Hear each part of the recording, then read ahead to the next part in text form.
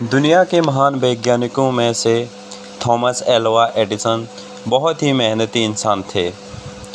Thomas Edison का जन्म 11 फरवरी 1847 को हुआ था और मृत्यु 18 अक्टूबर 1931 को हुई थी।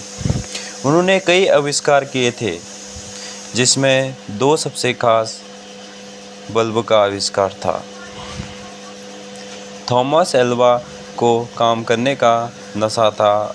वे एक बार अपनी प्रयोगशाला में घुस जाते तो बाहर ही नहीं निकलते थे।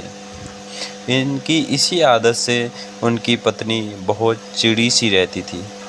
एक बार तो एडिसन कई दिनों तक अपनी प्रयोगशाला से बाहर निकलने का नाम ही नहीं ले रहे थे।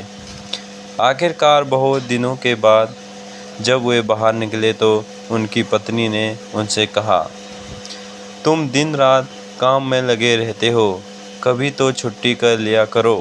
एडिसन ने कहा, लेकिन छुट्टी लेकर मैं जाऊंगा कहाँ? पत्नी बोली, जहाँ तुम्हारा मन करे, जो तुम्हें प्रिय हो वहाँ चले जाना।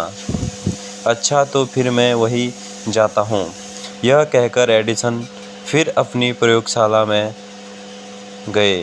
तभी एडिसन को खबर मिली, उनके कारखाने में भयानक आग लग गई।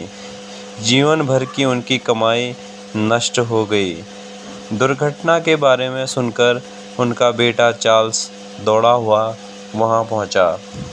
उसने देखा कि उसके पिता एक कोने में खड़े हैं।